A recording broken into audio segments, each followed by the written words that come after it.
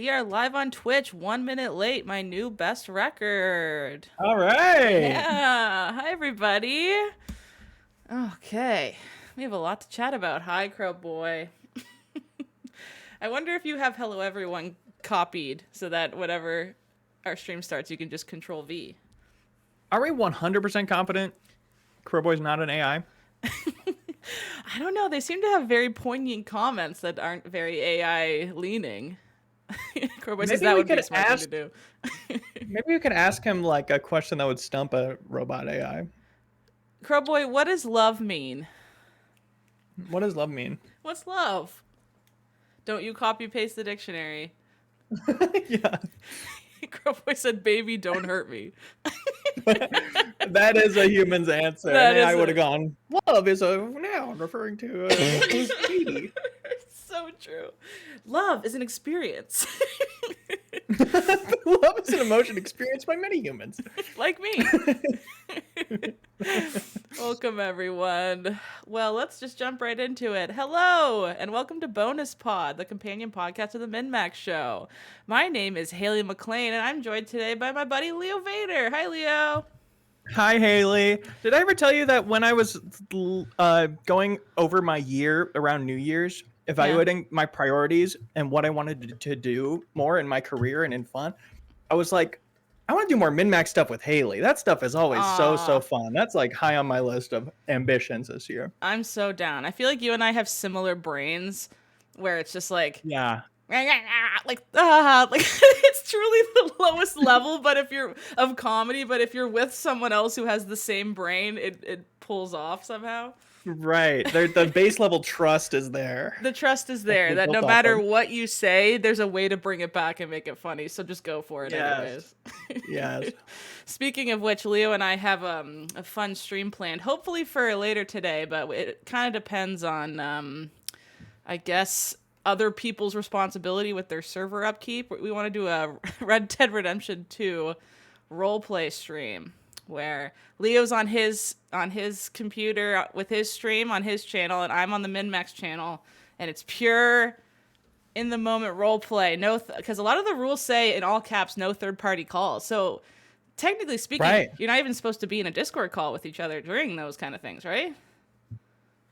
Technically speaking, yeah, I think we can to get to like find each other, but then once we're there, we'll mute and deafen, and it'll all be canon. Amazing. From then on. Do you have a good Southern accent? It seemed like I did last time I did this stream, which was maybe like a year ago. I was just going back to it, my Red Dead RP stream, where I wrote and performed a stand-up special at the Valentine's Gallows, and like over 10, I was walking around just telling people about it, and then like 10, 15 people showed up and were just like jeering and heckling me and responding to the jokes. It's so funny. That's amazing. It's way too good for me to have never done it again, so I'm glad to dive back in. Yeah, I'm curious what your character would be, but maybe we'll save that for the stream. I have a character brewing with an arc and a backstory and problems and and all that stuff. So we'll see how. I wasn't planning that. I'll have to think about that. Well, it also depends on the server, right? Because like if you want to be a lawyer, for example, you have to like apply and get a lawyer role, and then you're allowed to be a lawyer in the server. It's very formal. And I even was looking the one we were trying to get into, but then. Like, I went through the application process, and Leo and I noticed today, we're like, oh, that server's gone. So it's just someone gave up on it, I guess. But don't know what's happening with that. Their application to be a lawyer had you answering questions about criminal law. Like, you had to give an answer for what is, like, reasonable doubt, what is, like, all these legal phrases, like how would you advocate for your client and all this kind of stuff. What is a will? How do you execute it? And then I assume questions you could answer as a lawyer, right? Like, is that something you're interested in? No, I thought that was cool. I don't think I want to be a lawyer in RP, maybe. I don't know. I was talking to Sarah about it, and she was like, well, it'd be fun if you could do that, and then like you'd actually know what's going on. I was like, that's true, but I don't know. It'd just be kind of fun to be like just something totally not what I do every day also. Yeah, because that's totally. The point, it'd be fun right? for everyone else to have a lawyer who knows what they're talking about, but like as far as escapism, It's not a great thing to clock back into in the evening. And then also the fact that most of the RPing for lawyers is litigation in the courtroom and stuff, and I do zero of that. So it'd also be embarrassing if someone who's a RP lawyer knows more about court procedure than me. I'd be like, be a bit embarrassed. So maybe not pursue that either. Great place for students to get experience, though. Low key, Real courtroom experience. probably, because part of law school is doing all these fake court sessions, moot court, and you have to practice public speaking and stuff, and you can't really do that. It actually, that would be the perfect. I would love to see a video of, there's like these really famous huge moots, and a video went viral of a girl, I think she was from Harvard or one of the Ivy League schools, and she got up to do you do like a 12-minute argument, and you just know she's put 1,000 hours into these next 12 minutes, right? Like, she's been practicing. If she wins this, she gets a huge scholarship, all this stuff. It all comes down to this, and she's making her case. She looks perfect with her suit, and her hair is perfect, and looks confident, and then she faints and she passes out because it's like the stress just gets to her. And to my knowledge, I don't think they gave her more time on the clock. It's just like, oh, that sucks, and she, didn't win. But imagine if she That's so heartbreaking. I know. But imagine if she practiced in Red Dead. Maybe she wouldn't have fainted. Right. And the guy at the Super Bowl who ran out onto the field and tore his ACL or whatever just tripped immediately and couldn't play anymore. Oh, no. He should have played more Madden. He should have played more DDR. Yeah, exactly. Perfect. Haley should apply to be the judge, Crowboy says. Well, we have some random all over the places topics today, but I kind of love that. I would love to talk about a Netflix miniseries I just watched called Carol and the End of the World. I fell in love with it. I also feel like no one's talked about it. I haven't seen a single tweet or like post or channel doing a review or anything, and I fell in love with this show. First time hearing of it, yeah. Yeah, and I also recently got a PlayStation Portal, so I got that right in front of me. I was thinking, I don't think, to my knowledge, we never talked about it on the main show, did we? Like a more formal tech review vibe? I don't think so. Just that it looks a little stupid, but other than that, I don't think we delved into it too much. So, yeah, mostly just writing it off. Keep writing it off a little bit, but I'm down to chat about it. And then, Leo, you wanted to talk about the movie Argyle, which I'm curious to why that piqued your interest. You want to just start with Argyle? What about Argyle is making you want to talk about it? Well, I think there's some interesting stuff here, even if you don't care about this movie at all. Then you can hear some spoilery stuff about why it's secretly kind of interesting. Why don't you chat about it a bit, and then we can do a spoilers. Yeah, like I want to hear the spoilers reason why you're into this movie. So it's the new movie by Matthew Vaughn, who made the Kingsman movies, of which the first Kingsman movie is probably my favorite movie ever. It's just one of those airtight movies that you watch again and again, and you're like, looking for a flaw in it and can't find one. Just as far as we all love stuff that like makes the same decisions we would have made, the same weird, off-kilter decisions, the same exciting decisions, or it feels like it. We're not that creative, or wouldn't have done it, but anyway, I vibe with it.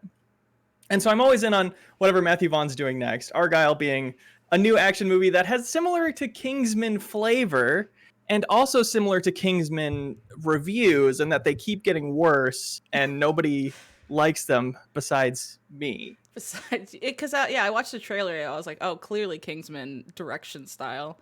Like that was the immediate impression. Very much so, which I love. And the Kingsman I wasn't super hot on. I've watched it a couple times, and it's a case of where even if the other elements don't totally work, the action, I think, is slick and stylish in a unique way that makes me happy I watched it. And Argyle is kind of like that. There's some character stuff that worked for me towards the end as you find out more things about the plot, but earlier on, it's a lot of weird dialogue and kind of stilted stuff and goofy concepts. I think I saw a lot of people writing it off. Its Letterboxd is like average 2 stars or something, really low. And I think sometimes people give reviews because like this is a stupid movie. It feels like a 2-star movie versus like really how much fun they had watching it. And that's not 100% the case. People genuinely didn't like it, I'm sure. I'm very, very sure. But I went in with not high expectations, and I really enjoyed how stupid and silly it was. And the third act in all 4 of these Kingsman type movies have been immaculate, and I'm just so overjoyed watching this action taking place. And by the end, I cared about the characters, which is not always the case. I was like, these characters that are fighting, I want them to do the fighting good, and that's all you want. It seemed, is it apt to say that it's one of those movies if you just turn off your critic brain and you're just like colors and fun and whatever, like you'll like it better? I think so. I think it's a lot more successfully fun than the Kingsman was, and maybe even Kingsman 2, which I do like. But it's got a good pace to it and a good energy, and it's a very much continues to be a parody of spy stuff in that it's twist after twist after twist.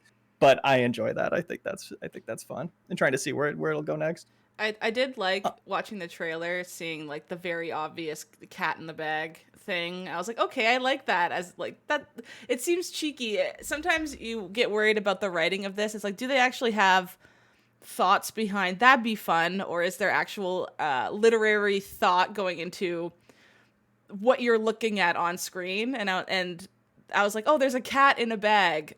Like, that seems fun. I'm sure there's something later where the cat is out of the bag, and that's like a very fun, cheeky little pun, but like also something that you won't notice unless you're like, oh, I can appreciate when stuff does that. But then I was like, maybe I'm reading too into this, and there's just a cat in a backpack. I mean, it remains subtext. They never make a cat out of the bag joke. Okay. So that's a good read from you. Perfect. But it is apparently it's a thing Taylor Swift has worn, is that type of bag with her same type of cat in it, even the same type of cat. Yeah, like the flat-faced Scottish fold something or other cats. Like, I don't know cat breeds so much as just orange one and then white one or whatever. But yeah. Right, as well as some similar cardigans as the main character wears. And this is part of the mystery of this movie that I think is kind of interesting right now, is that for a while, people suspected that Taylor Swift was somehow involved because there's all these references to her, which have been denied and have been just like, yeah, we like Taylor's style, and we've got that same kind of quirky main character, so why not kind of lean into that type? What role would Taylor even have on a film like this, where the character just kind of is reminiscently Taylor, art director or something? Here's the thing. The movie's about an author named Ellie Conway who wrote a book called Argyle, a series of 5 books in the movie. Mm-hmm. And the first book in the series came out 3 weeks before the movie did. Oh, they did like a real life Argyle novel release.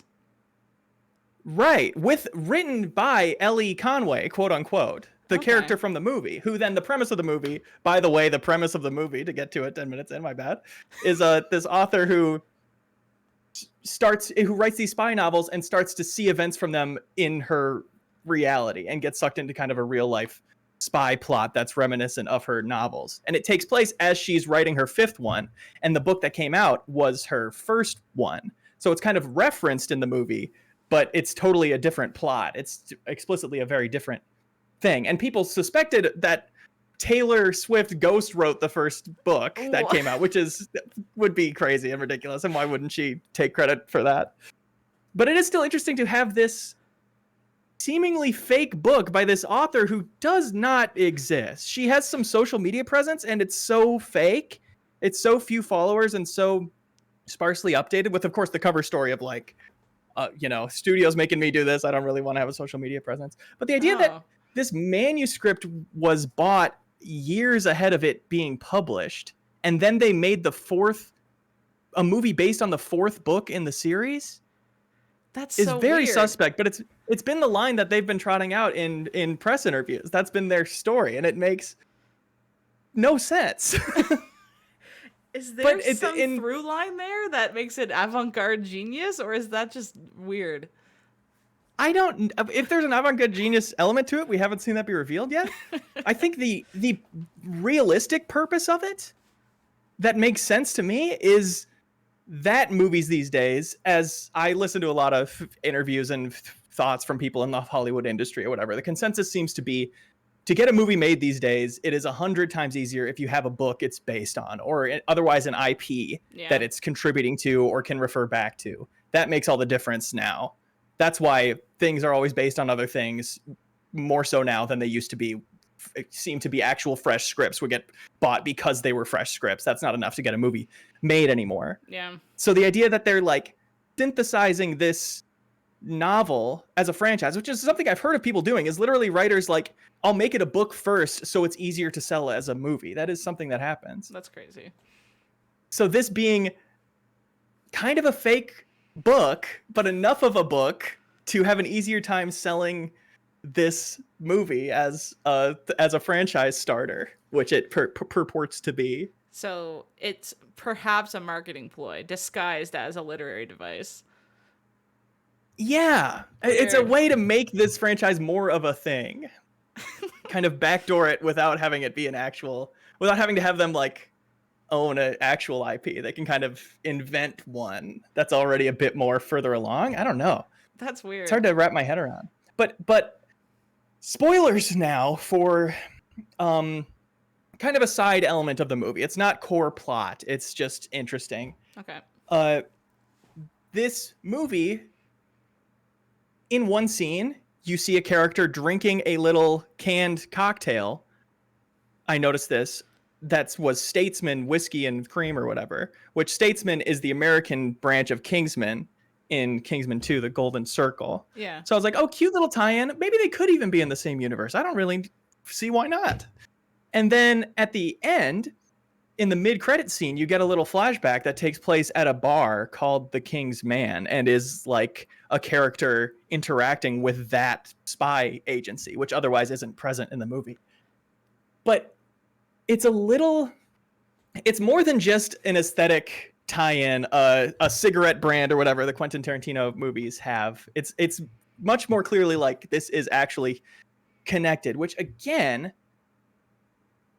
first off, I'm on board for. I love Kingsman. I keep making these movies until they stop you because nobody else likes them, but keep making them. But to have a book series that's its own thing, supposedly, but is also related to Kingsman?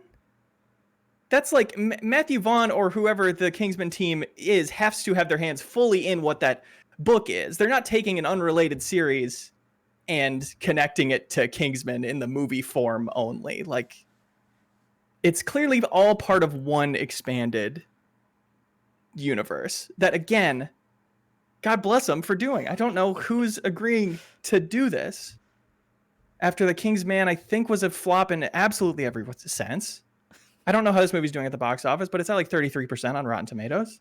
I've heard other. Well, I said to my partner, I was like, "We're gonna talk about Argyle," and Michael was like, "Oh, isn't that bad?" Like that, he doesn't know anything about it. All he's heard is that it's bad. Yeah, it's like this rap that it got. Maybe not even it just happened to it. And I understand the power of that. Like, yeah, it's a very easy to write off anything like this, where it's like, no one seems to be going to bat that hard for it. So, and there's a million things I could be watching. Why would I bother with this? And that seeming like an easy move a lot of people are making. It's like, again, I don't get how money is being put up for this to all happen. That's interesting. It's very strange. What is with the trend of connected universes? Because like obviously we loved it when Alan Wake 2 did it, but what if this is a thing that everything does all the time? Will that ruin it? Does it need to be a once in a every so often years thing, or else it's gonna feel annoying? Yeah, I mean, I was thinking as the Kingsman reveals happened into Argyle, I was like, if this is a different franchise, I'd probably be annoyed. Yeah. Things being extended universe and things turning out to be in the post credits, that's so played out at this point. It's so expected as to not be exciting. Yeah. And this is maybe a little different because it's so unrelated seeming. Yeah. It's so its own thing until that little twist. But yeah, I think in general it is annoying, and I can't imagine anybody getting excited about this because it's connected who wasn't already excited. Yeah. It being so expected. It has an interesting cast too, like Bryan Cranston and the fighter guy, John Cena, and like all these different. They just kind of. How do they get? It's just like a weird mix mash of people. I forget the woman's name from Jurassic World, and that really good episode of Black Mirror. Bryce Dallas Howard. I don't know her name. I should though. I believe that's her name. Yeah. It's just like an interesting mix of people also. Like, I don't know. Sometimes you get so used to seeing the same types of people by each other. And then when a movie is like, here's 7 actors that are always not in the same room together, that weirdly makes me interested as well.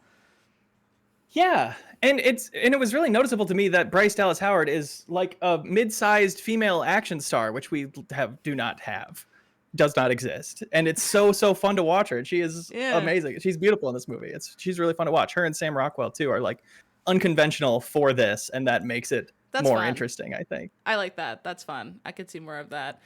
Um, Interesting. How so? What would you letterbox review it? Not to put you on the spot. It's not a 2, but I put it at 4. 4. Okay, respectable I 4. put it at a healthy 4 with an excited to rewatch because again, it kind of came together at the end. A lot of the character relationships and rewatching with the lens of understanding really what's going on. It seems like it'll be fun. Interesting. And would you put one of your cats in one of those backpacks? No, No. Oh, it sounds like you have an ethical issue with the backpack. Are they not? Are the cats uncomfortable in them? I thought they were cute.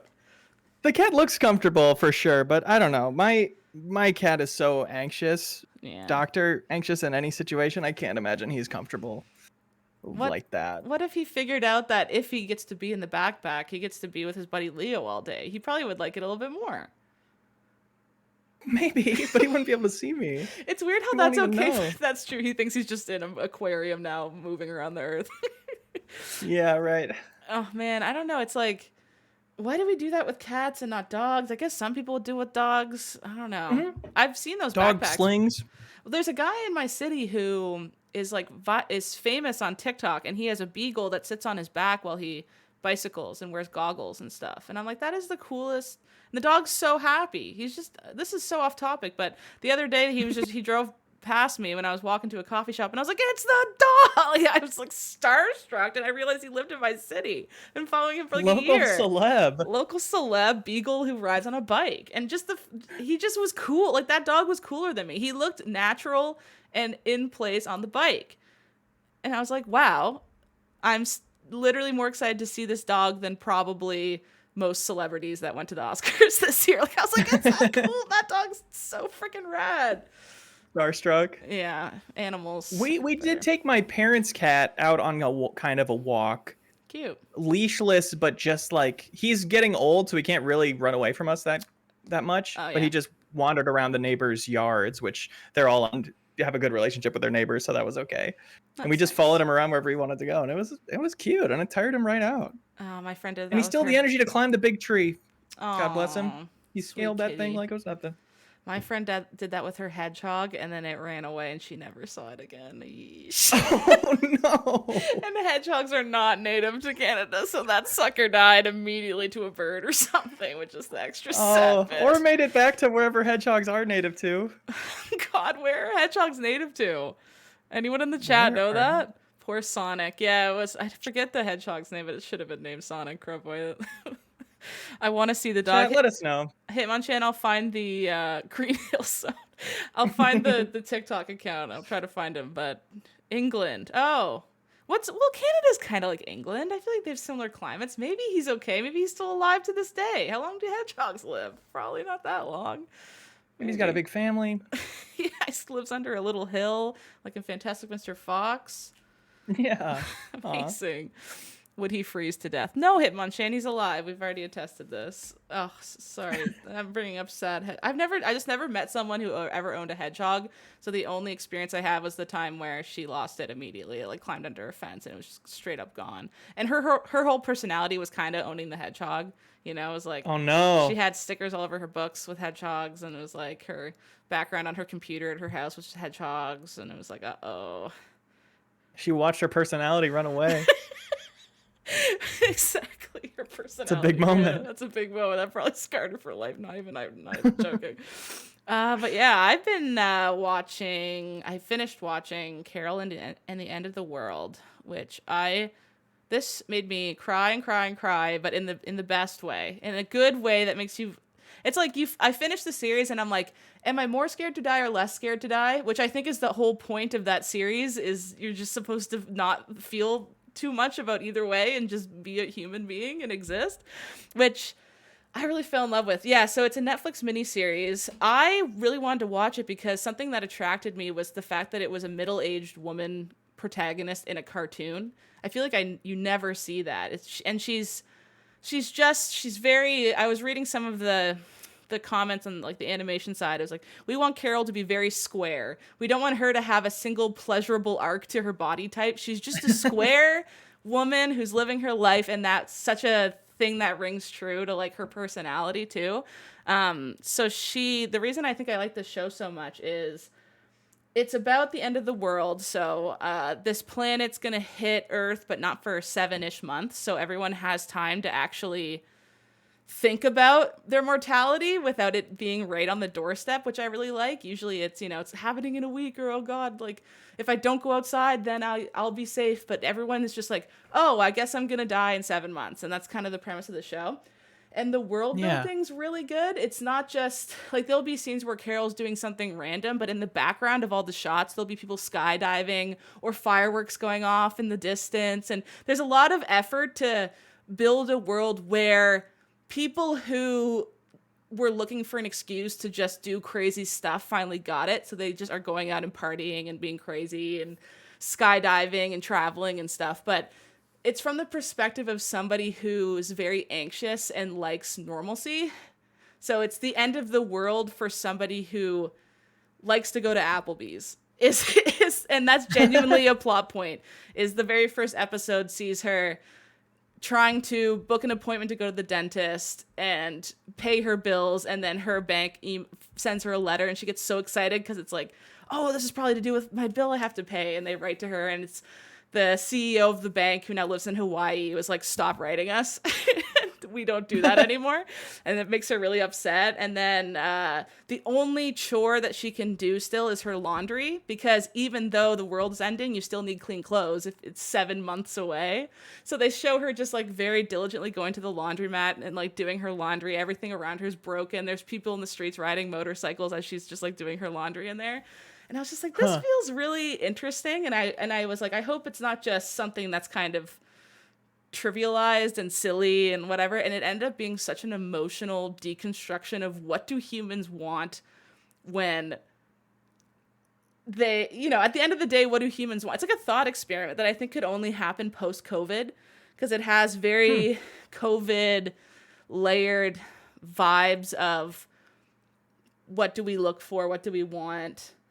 What different types of people would want in different situations, which I thought was cool. And honestly, that feeling of everybody out there is being crazy while I'm just in here trying to do my thing. Yeah, and there's one particular episode I really liked, which was, so she has a really outgoing sister, and her sister's traveling and sends her back videotapes of her in Germany and Spain and skydiving and swimming with sharks and all this stuff, and she's very much the quiet sister. And then there's this whole episode where it's like Emmy level to me. Like it reminded me a lot of the quiet reverence of BoJack Horseman when they do really somber episodes, like that level of caliber. I don't know if you ever watched that show, but there's like where he's just doing a funeral, what's the word called? Where you just eulogy? Eulogy.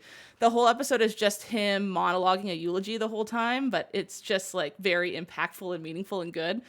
And it reminded me of that kind of vibe. So if anyone likes BoJack Horseman, it's kind of similar, but the whole thing is just B-roll footage of her sister and her hiking up this mountain to find a waterfall, but it's not the important bits. It's not like, because clearly they go on this trip, the sister's trying to connect with Carol and get to know her better, and Carol just doesn't want to open up, like she doesn't really care. But you never see the moments where things actually happen. It's just the boring shots of like a butterfly on a leaf that the sister records because it's pretty, or like them walking and her saying, what's your favorite thing about high school? And Carol's like, turn the camera off, like enough, like seriously, turn the camera off. And then the camera turns off, and then it's a day later and they're talking about something else. So clearly they got mad at each other, resolved it, and moved forward. But it was the empty spaces, like the important stuff we never got to see. It was only the in-between stuff, which was kind of the whole point of the show, I think, is like life happens at the spaces in between the really crazy events. And if you focus on those points, you'll feel better. And that wasn't like hammered home in that episode, but I think that's what that episode tried to do. And it did it so good that by the end of that episode, I was like, oh my God, like I was just crying and I was so overwhelmed. I was like, this show is amazing. I thought the last episode wasn't my favorite. It was okay.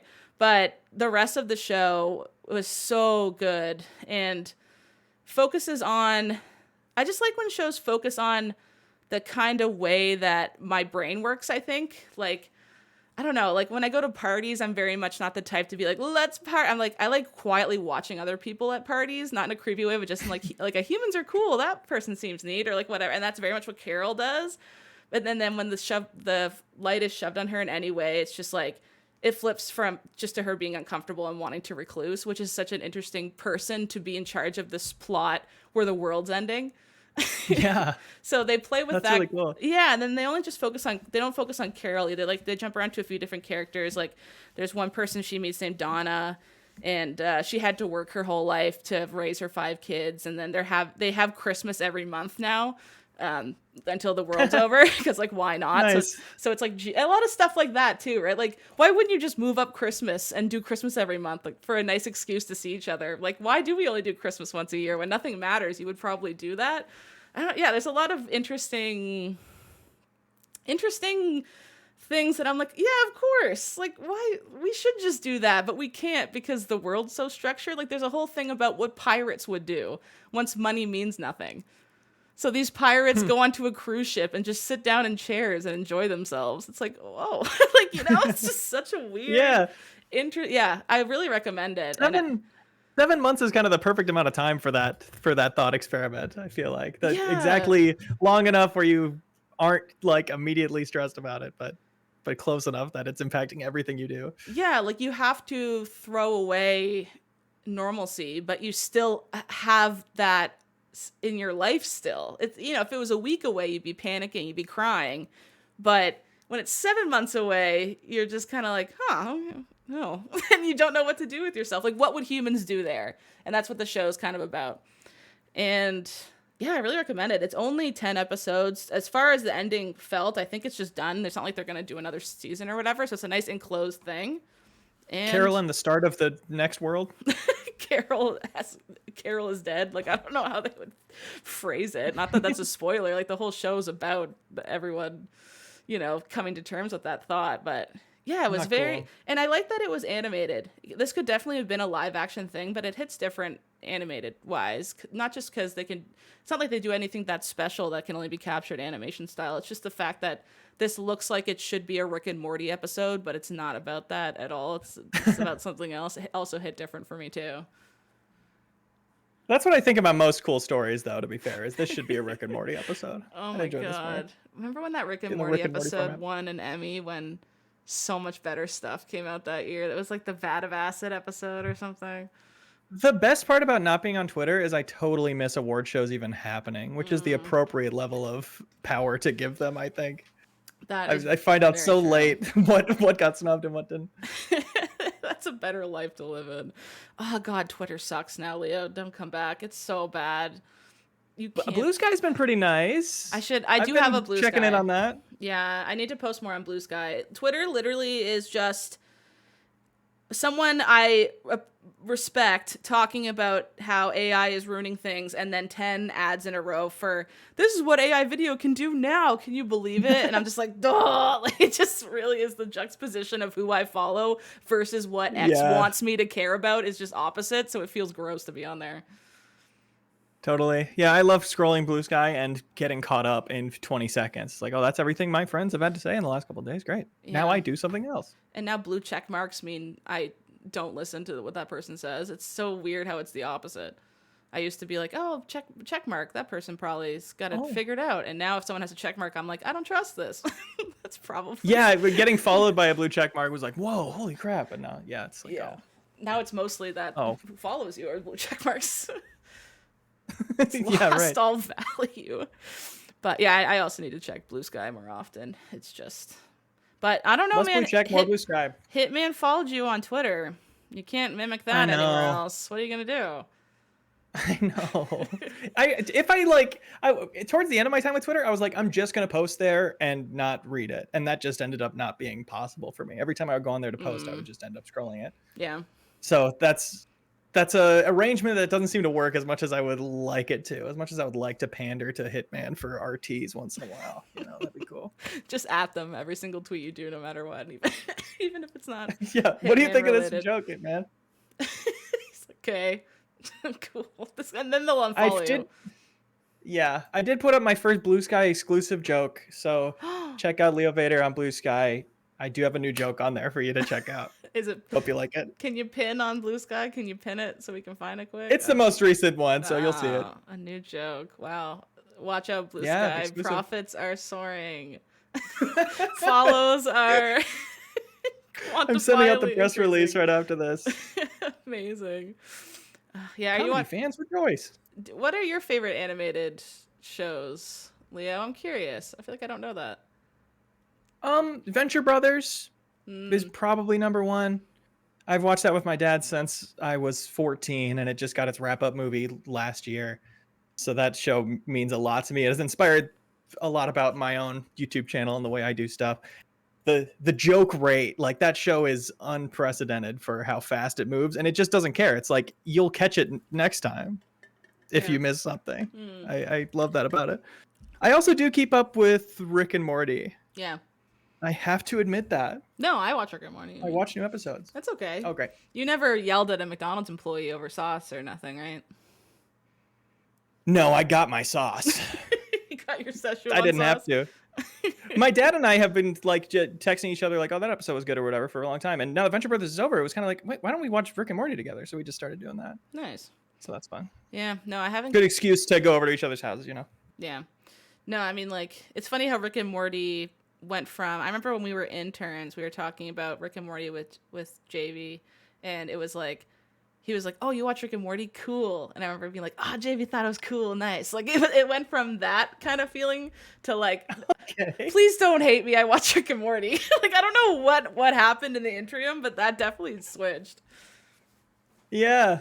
That is honestly Argyllean a little bit in that it's easy to write off, but you miss out on some really clever stuff that's in there. But of course, no one has to watch Rick and Morty. Nice coined word, Argyllean. That sounds Argyllean. Love it. That sounds fancy. Tip of the Thank you. of the headphones. Because it's gonna be so iconic for being underrated for sure. That's gonna be its legacy. Yeah, 100%. For sure. We'll come back in 5 years and you'll be right, Leo. Don't worry. That's how it always works. We slept Thank on you. this. Yeah, next Kingsman up. 1's still so good. Doesn't need anything Yeah. else. Just watch Kingsman 1 and be happy. No, I watched that movie. That movie was super good. I like the way that those are directed too. It feels very fresh, unique, very candy. Like you're just like enjoying a little treat, kind of watching a movie energy, which I like too. Yeah, and I love a popcorn flick, but you also want to care about the characters to where it just makes it more fun to turn your brain off and watch it, you know? And not everything hits that, but I love Eggsy in that first movie. He's so absurdly likable because of the performance and because of the character. Yeah. He's in this one too, right? No. Oh, I thought he was. But the Kingsman 3 is in development, supposedly. Okay. Amazing. Moving from depressing animation to depressing consumer products. This is the PlayStation. That show sounds really cool, by the way. I want to check that out. Netflix is just like the first one to lock it into addresses, and we mooch all of our streaming services, so we kind of got locked out. So I'll have to figure out a way to watch that. Listen, I'm afraid to say this out loud because I feel like Netflix is listening. I also am on my parents' Netflix. They kicked me off of everything. For some reason, it still works on my PC. I don't know why. It like hasn't done the thing where it's like, you're not at are you traveling or blah, blah, blah, like that. It did that on all my other appliances. Kerboy says never log out. I don't intend to. I don't know why. It works on my PC. So I've wanted to watch Carol and the End of the World in bed, but I have to be sitting in my desk chair and watch it. Sitting upright? Yeah, it kind of sucks. That or pirate it, which I don't want to do. But like still, it's just... I don't know what it is. And now I bet after this, it'll turn off. They have bots listening to every single stream on Twitch, waiting for people to reveal that, and I'll lose my privileges. You're done. But, yeah. And now Netflix has ads. Yuck. Ugh. On a paid platform. They had a backroom meeting that we're all going to start doing that, right? Amazon and Netflix. There's no way they just coincidentally started doing that at the same time. That's what sucks, It almost kind of, you need one big wig to do it, and then all the little wigs are like, we can do it too. And they're so freaking annoying. I'll switch into these. Like, how long can we do the good thing before we switch it to be annoying, and then people won't notice? Because truly, it's like, if we're the one that does it, people will turn on us, but if everything does it at the same time... Then they're okay. What option will these consumers have? Which is why that's probably illegal, but that doesn't matter. Well, it always reminds me of like the one time we actually stood up. When gamers stood up was when Xbox was like, no sharing. And gamers said, hell no, we are allowed to share our games. And they said, sorry, you're right. That was like the only time I feel like we really unified as a group and stood up for what was right. Wow. Yeah. I guess so. But yeah, it's almost like too broad of a user base that's not necessarily online to get together on something like this. Not that anybody would cancel their Amazon because of the ads anyway. Like, I'm surprised they didn't do it earlier. They're gonna get away with it. I know. Totally. Yeah. Oh well. But then Sony made this little number. Yeah. My partner got me this. Very kind of him. This February is our big month. We have Valentine's Day, his birthday, and our anniversary. So we usually just we're like, okay, we could buy a million little things. Let's just each get each other a big Prezi, and that's just kind of what we do. He went too hard though, because this is too big of a Prezi. I got actually kind of mad at him, but we're sharing it, so it's okay. It's for the house. So yeah, I've been playing with it. I have a Steam Deck. I really like my Steam Deck. I play it pretty much every night in bed. I've been playing Yakuza in bed. It's awesome. Me too. First thoughts. This is so much comfier than any handheld I've ever held in my life. It's the comfiest handheld. Yeah, absolutely. Like, I think the DualSense controllers is the comfiest controller I've ever held. What do you think? What's your take on that take? It's not bad. I've heard people really not think it's comfortable. I think it's totally fine. But that's what this thing is, right? It's like essentially split in half with a screen in the middle, a DualSense 5 or DualShock 5 or whatever it is. And the first time I saw it, I remember they announced it at some state of play or something like a year ago, I want to say. And it didn't look like this, I remember. I remember thinking that is a JPEG of a DualSense cut in half with a screen edited in. It didn't look like a real product. It looked like an edit on Reddit or something as a joke. Totally. So many fake pretend leaks of like that people Photoshop together. It looks exactly like that. And I was like, oh, that looks super weird. But looking at it in person, it looks more stylized than when I glanced at it as a JPEG energy level thing. Like, it has the screen in the middle, and then the controllers truly look like they're split in half, but they have like this nice little arched area in between the screen and stuff, and that's where they keep some of the buttons. That looks kind of nice. And then the back of it, instead of it just being a screen, they actually extend the DualSense all the way across the back of it. I don't think that helps with the feel of it. It just kind of looks nice. Like, it looks nicer than just like it cutting here. And yeah, it's extremely light is the first thing I noticed. Like, when I took it out of the box, I picked it up and I was like, oh yeah, like this, I can see like being completely on my back like this and my arms not getting tired energy. Whereas when I use I only view things, I'm like, can I lay down? And is this still good? But like, when I use my Steam Deck, I'll be playing like this. Audio listeners, I'm leaning back very far, and I hold it up like this, and this is how I want to play a game in bed. And my arms get so tired after 10 minutes, and then I have to kind of crunch in and squint down, and it's not as nice until my arms feel good, and then I go back to like this until my arms hurt again. It's just a cycle. But I'm with you. With this, I can go like this for hours. It's it's lighter and it's comfier. And you never have to get out of bed again. No, I'm curious on Steam Deck form factor. Is it wider? It looks wider. Is it like the same? Let me grab my Steam Deck. It's just right outside. One sec. Okay, nice. I think it is wider. I think you're right. Thank you. I am so Steam Deck pilled. That's like a phenomenal way to play games. And I have so many things set aside now, put in a folder of like, I want to play this on my Steam Deck someday, because it's just, there's something about handheld gaming that I want different types of games. I seek out different types of games to play in bed or on a plane, whatever. And right now that's like Xbox 360 games, which I haven't had the privilege of having access to on the go in my whole life. And that's exciting. So looks like they're pretty similar in length. Pretty same vibe. Yeah. That's like exactly the same, except maybe the little further, the buttons are maybe a little further. Maybe that's not even true. The screen is bigger on the PlayStation Portal. And instead of it being built into the device like the Steam Deck, where this thing is just like thick and the screen's in here, I do like that the screen, they don't have extra stuff where they don't need it. Like, I don't know.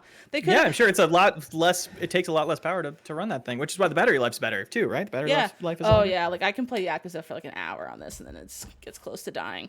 Whereas I was playing Yep. Spider-Man on this for a few hours, and it was lasting. It wasn't bad.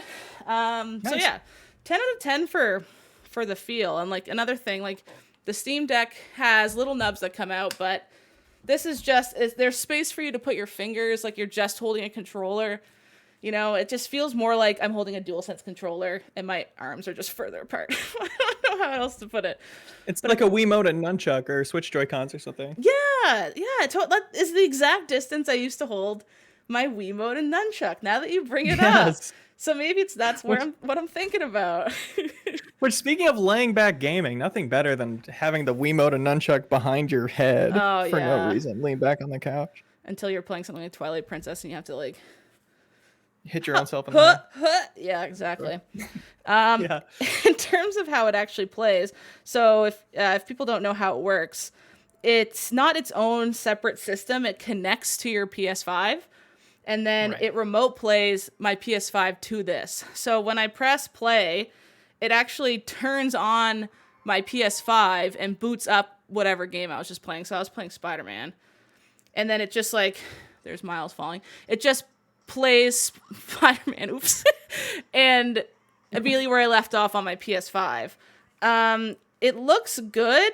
I think it'll largely depend on your internet though, which is also the sucky thing. Like, For sure. if you don't have great internet, I don't know if you'll want this because it so largely depends on how quickly it can remote play from your PS5 to this. Playing single player games, I don't notice any kind of latency or anything. I started playing Overwatch on it to test multiplayer games. It was not running good. And I was 5 feet from my PlayStation. So I don't know. Damn. Yeah, it was just the resolution was like below 720. It looked like it started getting really blurry. It wasn't like the frame rate wasn't lagging. It just looked cruddy. It looked almost like I was watching a stream of somebody playing Overwatch, then playing Overwatch on it. So Yeah.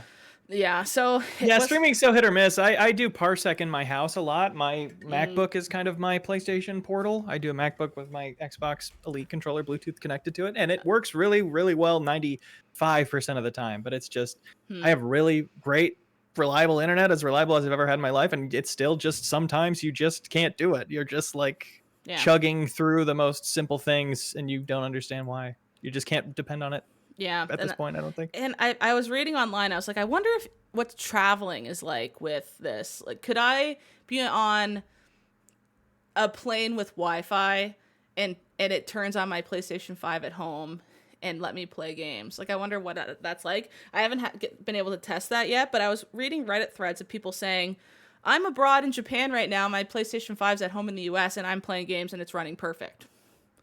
So I was like, oh, wow. Yeah. So, I mean, maybe it's just, again, it's just dependent on your internet situation. If you have decent, good, reliable internet, this might be a nice way to play PlayStation games, not just in bed, but maybe traveling, as long as you have reliable Wi-Fi. Crater asks if it is going over the internet or is it streaming locally from device to device. Do you know? Is it LAN or is it like... That's a good question. I know I had to connect to the internet in order to connect my two devices. Whether or not it's LAN or just streaming, I'm not entirely sure. I also do want to say you could do this on the PlayStation Vita if we all want to issue a formal apology to that device. Oh, sorry, PlayStation Vita. It's funny that this is the PlayStation Portal too, and that was what the PSP like. That's what PSP stood for, right? PlayStation Portal. Portable.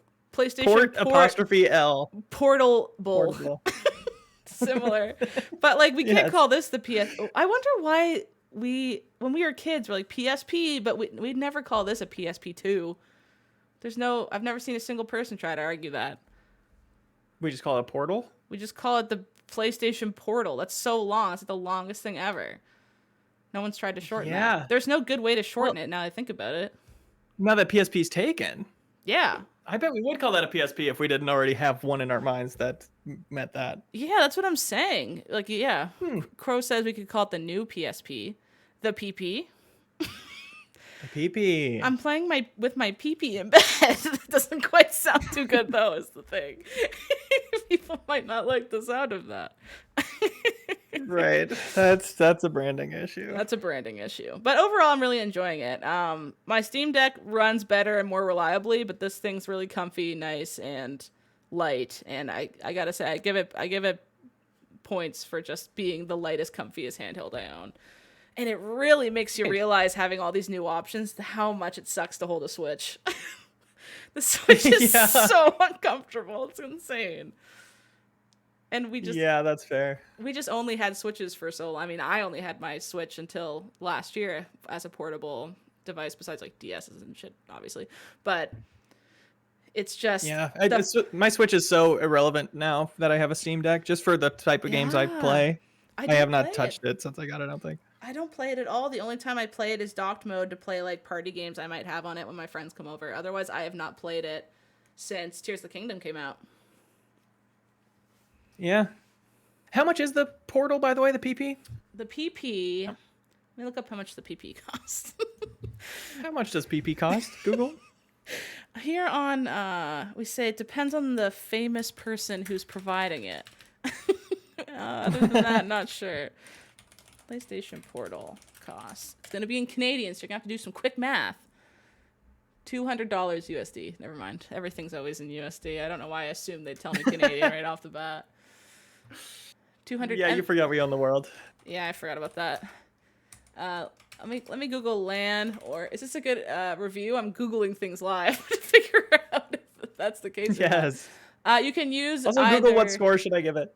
Okay.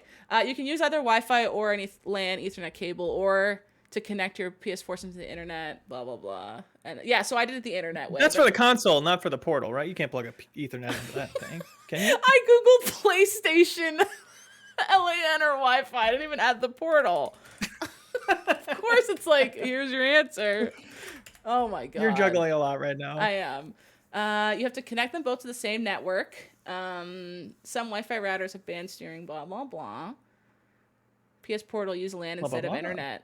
So everyone's suggesting use LAN instead of internet on this Reddit thread I'm looking at right now. So I'm doing it wrong. But I still think they might be talking about plugging it into the console. That hey, everybody, I have some thoughts on this. Dumb. Oh, okay. This guy's here. Ben! Look, I haven't been watching this show live, but you're talking about the PlayStation Portal, right? Yeah. Yeah. I'll let you get back to your conundrum, but can I complain about this frickin' thing for a second? Yeah. Oh, yeah. Hang on, I'll boost my own audio. The wonderful Reichert family, Dan and Bonk over there, they let me borrow one, and I brought it on a trip because I wanted to play Like a Dragon Infinite Wealth when going out to LA. And so I got the PlayStation Portal, got to the hotel, booted it up. You cannot play it in a hotel because you can't access the guest Wi-Fi. There's no like browser or no interface. So any place where you have to like log into guest Wi-Fi, like a coffee shop or anything, PlayStation Portal, unusable. Like, can you imagine shipping this thing? Also, it's been out for months and months, and they haven't patched in the ability just to let you like log into guest Wi-Fi. Like the Switch even does that. The freaking Switch, everybody, come on. The freaking PSP had that. Yes, it's outrageous. And the original. I feel like a schlub bringing this stupid Portal all the way over there, and then I just got to look at it. Like, just there's nothing on it. That said, I'm kind of tempted to buy it so I can sit in my bed and play Final Fantasy VII Rebirth comfortably, but I'm not going to because I'm so outraged about that hotel Wi-Fi situation. Oh, yeah, there's ridiculous moral principles to keep in mind here. I tried to boot up my PS5 and it said I had to update my controller, which it always tells me, normal world, you got to update your controller. And then it said, but it's too low battery. So sit here and charge it and then you can update it and then you can play it. Until then, you have to sit at this menu with your PlayStation 5. Ridiculous. Leo, no, you wouldn't be convicted by a jury in the world if you just took your controller and just put it in a blender at that point and just let her rip. Right, but there'd definitely be a trial though. Oh, it would be publicized. It'd be the new OJ trial. There's no doubt. They try to make me into a statistic, but I wouldn't have it. All right, let you guys have fun. I'm gonna get going. Thanks, Ben. Thanks. Okay, bye. That's super stupid. That's a good gripe. That's a notable gripe. That's a notable gripe. Also, Crater was saying to me that they don't allow you to connect to Bluetooth headphones because they want you to use their proprietary ones, which also super sucks. That's ass. I'm so glad the Steam Deck lets you use Bluetooth headphones. Yeah, like that's. I brought my nice ones on a long ass trip. I normally use AirPods, but it was so long. It's like, why don't I bring my headphones I use on my home computer that have like 13 hours of battery life. Oh yeah. It was effortless, and I was so glad I did it. And they're so much more comfortable than having AirPods in the whole time. Oh, I was so happy. I was a happy little 100%. camper. That's really stupid. That's similar to the Netflix with ads energies. Like just because they can doesn't mean they should. Those pricks. Yeah, enemy made. Enemy made. Leo, shall we move on to some community questions, comments, and then we'll wrap the show up? Fantastic. Let's do it. I'm just gonna make you a little bit smaller here so we can see everybody. And we already have some hands up. That's fantastic. All right. Show us those hands. Put them up. Woo! Min-maxers at our Min-max Council tier. Our Min-max Council tier. Yeah, I should probably point that out. It's a good point, Leo.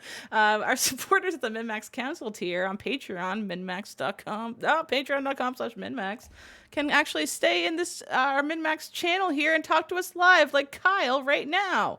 I'm inviting him to speak. Hi, Kyle. Yes. Hey, that's my hand up in the air. That's your little hand. How's it going? I'm doing good. First, I have to say, I feel like a crazy person for liking Argyle until Leo showed up. Yay. Sung its praises. Another supporter. That's a service I'm glad to provide across many pieces of media, I think. Yeah, I don't know. I guess I just approached it kind of like, there are some visual novels where it's just kind of like this idea where it's, there's an initial plot and then a lot gets unraveled over time. And that's kind of what Argyle did. Just like, oh, here's a whole entirely different plot at the end. So yeah, I really liked it. And it's not like everything hit even for me, but it was like, there are ideas here. Even early on, it's like, they're going for things. And I admire that. I'm not eager to write that off, especially in a world where it was funny because I was kind of defending it as like, I'll totally support a one-off action movie with its own concept. Like that's something I really want to endorse. And then spoilers, sorry, there's same spoiler from earlier. It being tied into something a little bigger made me kind of feel differently about rooting for it. But either way, I still think it's a cool thing. Nice. Honestly, I left before the mid-credit scene, so I had no idea that happened. I just left right at the end. Interesting. Yeah. But yeah, I wanted to talk about something I went to, the Sonic the Hedgehog Symphony show. Ooh. Ooh. What was that like? Yeah, it was honestly more amazing than I thought it'd be. Yeah. I had trepidations going into it because, I don't play as many Sonic games, especially the later ones. Like, I think the last one I played was Lost World on the Wii U. But, going into it, it was definitely a different vibe. Like, being with other Sonic fans is like, they all bring their own different atmosphere, they're a little, eccentric and cool like that. I was It like, was fun talking what to everyone. adjective? I was curious what adjective you were going to use for Sonic fans. It Eccentric was is fun nice. talking to everyone about like their experiences with Sonic, what they're looking forward to in the show. Everyone brought like their own different Sonic gear. I saw one guy wear like an ugly Sonic mask from the movie that didn't show up in the movie anymore. Some people just came full on tuxedos, just wanting to enjoy the symphony. That was great. And then everyone with like different style shirts, people cosplaying as like, Sonic, Amy, really great. And then the actual show went on. Oh, yeah, Leo? I'm just going to say that the comments of music from games and from movies and stuff we've talked about before as being like the nicest comment section you'll ever find. People intentionally seeking out music from something they love. Like it takes a specific kind of love of something to even do that. So the comments are all worshiping it and appreciating each other's appreciation for it. And this is like that in real life. It sounds like it would be a great experience. Honestly, there needs to be more things like this, like just more like brand concert shows. I feel like there's just not enough of them. And Yeah. I feel like they'd be gangbusters. But anyways, and what was also really interesting about the show is that, there's kind of like a split between Sonic music from, one side is more like catchy music, like, like chip tunes, and then maybe like, or orchestrated works. That was all in the first half, where it was just like, things you'd see like Sonic Colors or Sonic Mania, the first 3 Sonic games, all had their own orchestrated versions, and I've never been to an orchestra, so kind of listening to it all, it's kind of this weird magic to see all, like, just a group of instruments make, music that, when you go there, it really sounds unreal. Mm-hmm. That's an interesting first orchestra experience. I kind of love that for you, that Sonic music was the first time you've heard an orchestra live in your ears, because it hits so different when it's coming out of your speaker versus being in the room with the 70-odd instruments. Yeah, and I don't know if this is just a me thing. Guys, could you answer something for me? When you get hit with like nostalgia like that, like let's say you're seeing something in like a mass scale that's really hitting nostalgia, do you tear up or is this just me? Oh, that's a good Yeah. question. Yeah. What do you think, No, Leo? that's so real. Yeah, I, it happens often. It hit really hard watching School of Rock, which makes me think like, scent is a really powerful thing to bring you back somewhere, and Yes. sound is too. Yeah. Like these things are more powerful than just seeing something or thinking about something. I think, I think is scientifically true. And the ending of School of Rock when they play their big song at the end, I was like, tears are streaming, and I don't really know why, but it's just hitting so well. And same with like going back to Harry Potter and the Sorcerer's Stone for PC with my partner a couple weeks ago. Those iconic tracks from exploring that school and those weird specific sound effects, like that triggers such a strong emotional reaction for sure. Yeah, I the scent thing really resonates with me. I really find smell uh, zaps memories into my brain like not like a chemical reaction in the weirdest way.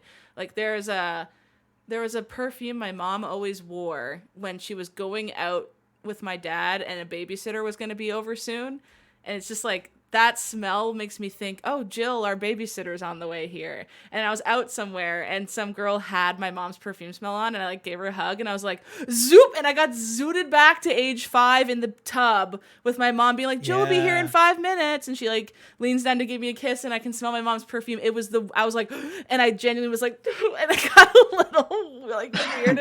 And I'm sure that girl was like, what the hell was wrong with her? But it was just that kind of thing. I think I would love to read more studies on how the brain zaps memories into your like. What does smell? Why does smell do that? Like no other sense. I don't know, but it's amazing. Going on a different tangent here. Yeah, I remember I had this like weird like memory of a scent from I think just a couple years ago. It's like, wait, this smelled like something I used to always smell at the mall when I was shopping with my mom. Oh, it's crazy. Like, I went on my local town subreddit to be like, does anyone remember this smell? And I got some good answers on that. Yeah, like it was a certain restaurant there that closed down. But going back to the Sonic symphony, like it was cool seeing also that the first part is like true symphony, and then the second part was like, Sonic's rock concert side, the metal music and all that. And being with a crowd like that was honestly great. Like the person behind me, props to that guy. He knew all the lyrics to all the songs, including like the new ones from Sonic Frontiers. Oh. Wow. And that was So the other thing is that they also added songs that they said from their last showing from Japan. They added more songs from Frontiers, and then brought them over here, and I assume for their future showings here. So that's great. So I'd say now like cool. Maybe a quarter of the songs are from Frontiers, if that's what you're into for the rock crushed 40 kind of side of the Sonic Symphony. So is that considered to be a good Sonic soundtrack? I don't know if I heard about that. Yeah, me neither. Frontiers. You know what? This is my first time I heard it. I thought it was it's more like I didn't think the original Sonic songs were that great to begin with, but they kind of grow on you. So I don't know if this will have the same effect. I will say these songs are a lot more metal-y than like, the older ones, which I feel like were part of like almost like a Simple Plan kind of style of rock. Yeah, that's what I weirdly think of Simple Plan vibes when I think of Sonic. Like, did they play Escape from the City? Yes. Oh. So I believe in some places, so that was like an encore song. Oh, amazing. So, what a perfect encore song. Yeah, so I think like some tours, like some stops did end up with Escape from the Cities, and I guess ours was like Escape from the City and then Live and Learn, which are two great ones to end it on. Oh my god, the vibe in the room for Escape to the City in particular, I bet was very fun. I'm always fascinated by like how building a set list, people have the courage to place some of their biggest hits in the encore, like knowing you'll get an encore. Yeah. I guess you in that position, you must know that it's going to happen and be confident in it. But it's always like, what if people assume there's not going to be an encore, don't cheer for one, and then they don't hear the biggest hits? They just stand up. Those two. They stand up and start leaving before you can do the whole rigmarole of, okay, here we come, we're coming back kind of thing. Yeah, maybe have audience plants to start the the cheering for the encore. Do you think that's been every concert ever? They have plans to get it going? Staff of 50 people in there. All dispersed evenly. Yeah, smart. Yeah, I guess like it was notable that they didn't play like Sonic Heroes. Like I think that was the only one that they didn't play. Huh. But yeah, Yeah. I don't know. I guess that one just has a different vibe. It's a little more cornier than even the already corny songs. Like something about that one just feels a little cornier. I don't think. Maybe it's just because I keep saying Sonic Heroes, which is the game's name. But I don't know. How long was it? And it's what it's about. Yeah. So it was about 2 hours in length. Because after the intermission, so I guess 2 hours 10 minutes. With the intermission involved. So yeah, it was. I went in a little fearful, and it was just like good nostalgic fun that I feel like I needed. Nice. That sounds like a nice evening out. Nice gamer day. Well, thanks for sharing that with us. Great. I think there should be more video game symphony style. Michael and I went to the what was it called? It was one of our first dates. It was the one where the guy who sang the song to the Pokemon theme was traveling with them at the time, and he actually sang the Pokemon theme live, and he sang that in our city too, and we were so hyped. It was so fun with a full orchestra behind him too. It was sick. Video Games Live, I think it was called. It was really good. Oh yeah, Tommy Tallarico. Yeah. Yeah, I was gonna say. Yeah. Yeah. The Roblox oof man himself. Is he behind the oof sound in Roblox? It's a long story. Long he tried story to take credit short, for it. Didn't really do it, but there's a H-Bomber guy video. It's just a quick, breezy 2 hours to get that figured out for you. Oh, quick little Yes 2-hour and no. watch to figure out millisecond audio sound. Interesting. Yeah, it's really worth good. a watch. Well, thanks, Cal. Anything else you want to chat about? No, once again, like, thanks guys for doing this on holiday, President's Day, and I only learned about this yesterday on Wikipedia. Nova Scotia Heritage Day? Yeah. Is that what it is? Oh, Honestly, I think the bottom line is we like to match holidays with y'all because a lot of our business matches yours, so it makes sense for us to be off when you guys are off. Not that entirely inspires the fact that we have a holiday today, but different provinces have different names for it. I've heard some people call it Family Day as well. That's here in Ontario. Yep, my family is downstairs. I'm not with them right now. After we're gonna play Jackbox. Oh, there. Right on. That's how you should use Family Day. I'm I'm doing it trying to role play with strangers online in Red Dead Redemption 2 instead of being with my family. It's problematic. hell yeah. President's Day, they already get Inauguration Day. I don't get why they got 2 holidays. That's That too doesn't much. seem fair. Which president do you even? Are you just like yippee presidents plural? Like, what is the point in that? I think it was going on Wikipedia as like George Washington's birthday, and then they also added Abraham Lincoln's birthday. Oh, And nobody else has lived up to the hype.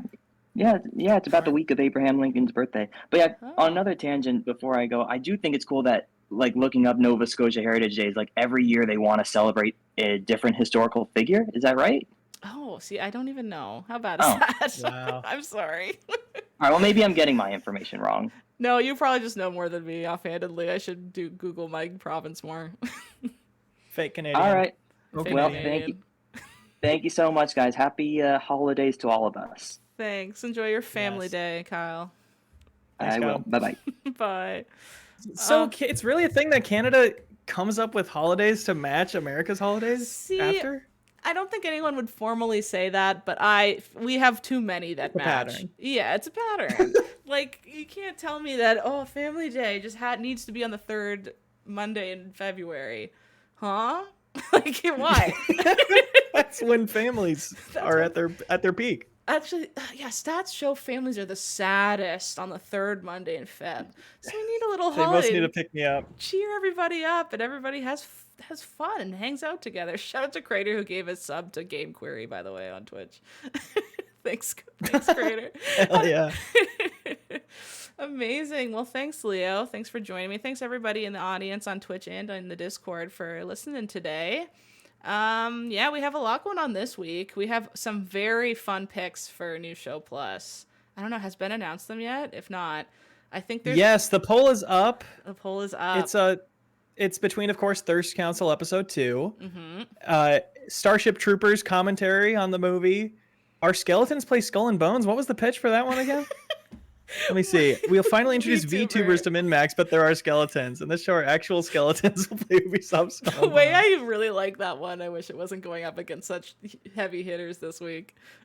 We are so confident that Thirst Council was going to get an episode 2 that we put House Hunter Rise back in the poll. And even that is losing to Thirst Council. Is it episode 2. losing? What are the votes at right now? Last update, Thirst Council 83, House Hunter Rise 66, everything else in the 20s. Wow. So if you want to really get in there and save the skeletons, then you're going to have to join MinMax at the MinMax Council tier on patreon.com/MinMax. And that's right. But otherwise, you're hosting Thirst Council this time. This episode. Yes, I'll be hosting Thirst Council. No masks. I'll show my mug for all the world to see and all my horrible takes about my crushes and the like. Yeah, we might have some fun spins on it to kind of differentiate it from the last episode, but we'll figure it out so that it'll be very fun. And I loved the last episode. Y'all were so funny. That was like one of my favorite New Show Pluses probably ever.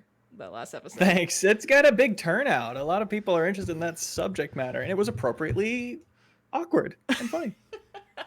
Exactly.